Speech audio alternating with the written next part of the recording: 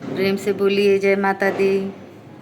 दीपावली दिवाली दीप अवली दीप पंक्ति धूमधाम से सभी माता लक्ष्मी जी की आज पूजा करते हैं। कार्तिक कृष्ण अमावस्या को समस्त भारत में दीपावली का त्यौहार बड़े ठाठ बाट से मनाया जाता है।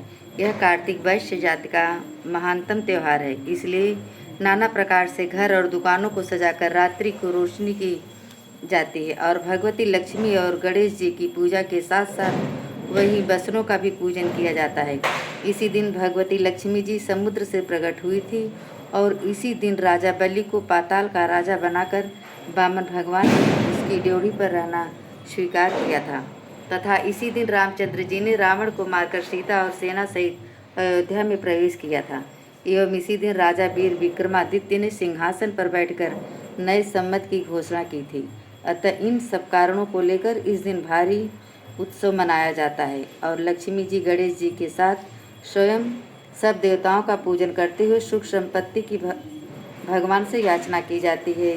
श्री महालक्ष्मी जी का पूजन सामग्री क्या क्या चाहिए? केसर, रोली, चावल, पान, दूध, खील, बतासे, मेवा, मिठाई, दही, गंगा जल, सुपारी, एक जल का लोटा, अगरबत्ती, रुई, घी का दीपक और कलावा, दिया सलाई और एक नारियल।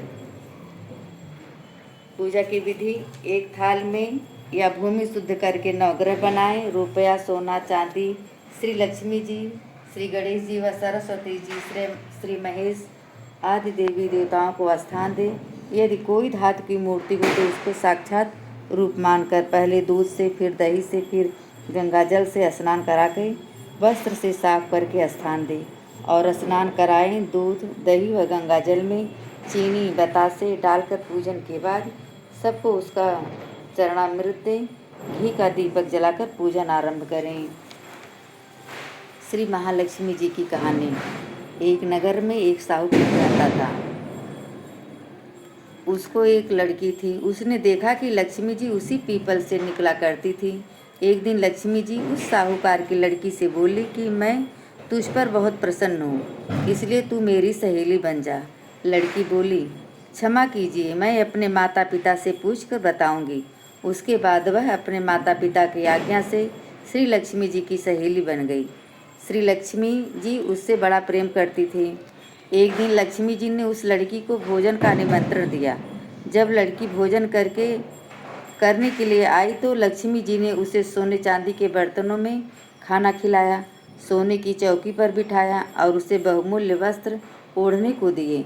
इसके बाद लक्ष्मी जी ने कहा कि मैं कल तुम्हारे यहाँ जीमने को आऊँगी। लड़की ने स्वीकार कर लिया और अपने माता पिता से सब हाल कहकर सुनाया। यह सुनकर उसके माता पिता बहुत खुश हुए, परंतु लड़की उदास होकर बैठ गई। कारण पूछने पर उसने अपने माता पिता को बताया कि लक्ष्मी जी का वैभव बहुत बड़ा है, मैं उनसे कैसे संतुष्ट करूंगी। उसके पिता ने कहा कि बेटी, गोबर से जमीन को लीप कर जैसा भी बन पड़े, रूखा सूखा, श्रद्धा और प्रेम से खिला देना। यह बात पिता के कहने भी न पाया कि सहसा एक चील मंडराती हुई आई और किसी रानी का नौलखा हार वहीं पर डाल गई। यह देखकर साहूकार की लड़की बहुत प्रसन्न हो गई। उसने उस हार को थाली में डालकर अच्छे से ढक कर रख दिया। तब तक श्री गणेश जी और महालक्ष्मी जी वहां आ गए। लड़की ने सोने की चौकी पर बैठने को कहा। इस पर श्री महालक्ष्मी ने कहा कि इस पर तो राजा रानी बैठते हैं, हम कैसे बैठे। बहुत आग्रह करने पर महालक्ष्मी जी और श्री गणेश जी ने बड़े प्रेम से भोजन किया और लक्ष्मी जी और गणेश जी के घर आने से